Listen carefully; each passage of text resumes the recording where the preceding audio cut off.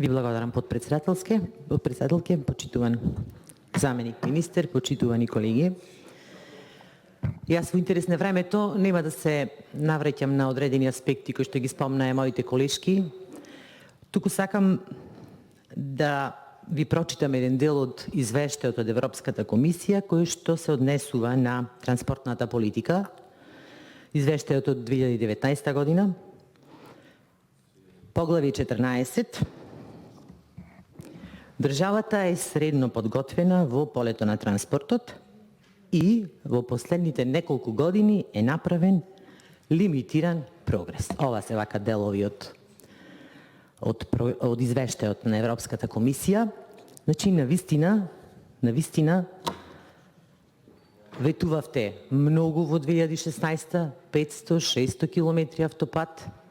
Од оние што ги завршивте и што ги пуштивте во употреба, тоа се Демир Капија, Смоквица, Штип, Скопје, негде околу 50 на километри.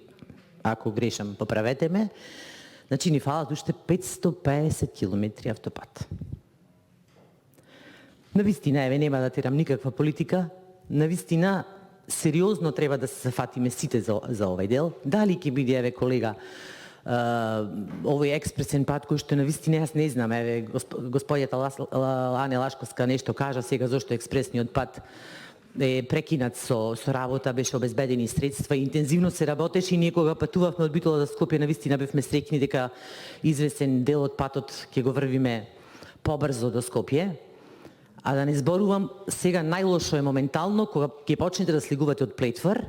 И тоа не го зборам да правам тука приказна, туку некни баш пред мои очи врвеше амбулантно возило со голема брзина, а навистина тоа е крајно небезбедно, а и денес имаше сообраќајка. Или барем во овој краток период, ние кога го поднесувавме амандманот, гледавме да не пишуваме еве автопат, огромни некои средства за изведување, туку затоа напишавме проектна документација за да се почне барем со таа работа.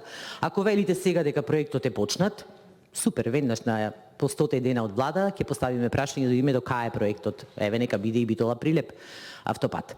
Навистина е сериозно прашањето, навистина со секој битолчанец што ќе разговарате, прво што спомнува е овој инфраструктурен проект. Сега за јавноста малку, а и за вас, бидејќи некој кој ќе поднеси амандман малку повеќе ја проучува нели оваа област. Дали еве колегата допре дали можеме тоа да сметаме дека доволно е време од 2,5 месеци за проект, навистина се ние како пратеници ги представуваме граѓаните, нивните потреби и навистина нас не ни интересира дали владата е спремна тоа да го направи, не. Вие треба да го дадете тој одговор, представниците овде што во моментот еви не е заменик министерот, да каже дали е доволно време за проектот или не. Јас сакам да ви прочитам само да знаете каде од прилика се наоѓаме и знаете дека во сите извештаи од Европската комисија секогаш овде ни даваат голема замерка и сите странски инвеститори го наоѓаат како сериозен проблем непостојањето на патна инфраструктура и на железничка инфраструктура.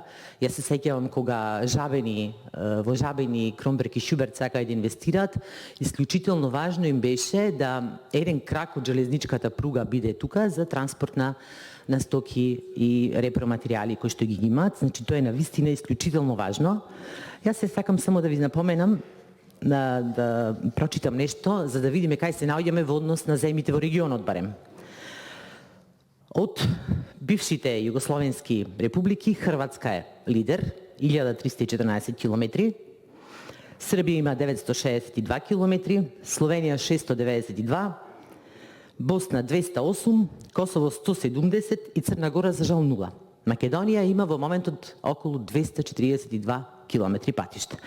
Меѓутоа, бидејќи земјите се различни по површина, ова не е индикатор доволен, туку поголем индикатор е показател за развојот на автопатната мрежа е прегледот на густината на таа автопатна мрежа, односно колку метри автопат се изградени на километар квадратен. Лидер тука во близина околу нас е Словенија со 34,1 метри на километар квадратен, па Хрватска и замислете Косово што е на млада држава, која што 15,6 има и се наоѓа на трето место од овие бивши републики. Ние се 12,4 метри на километар квадратен е Србија, ние сме 9,4 и Босна 4. Навистина, како земја претендент за Европска унија, навистина сериозно, јас го имам во предвид тоа дека навистина се наоѓаме сите во светот, не само ние во една тешка криза со пандемијата и економска криза, меѓутоа навистина ќе мораме да изнајдеме сериозни напори и сериозно да се поработи на инфраструктурата. И од аспект, рековме, на земја претендент за Европската унија, и од аспект на безбедноста на нашите граѓани кога патуваат, од аспект на флуентноста, брзината на тој сообраќај. Ако во овој момент се почитуваат, а и треба да се почитуваат нормално сите знаци сообраќајни, негде од Битола 3 сати и 15-20 минути ќе доаѓаме до Скопје. Доаѓаме.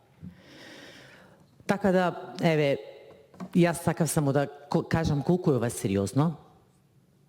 Ако навистина, еве, сакам да верувам дека сте почнале со проект, навистина веднаш на 100 ден од владата ќе го прашаме тоа до кај е тој проект. Да не биде повторно се сведуваме години само ќе направиме. Да почнеме да направиме, така? Ви благодарам. Ви благодарам и јас.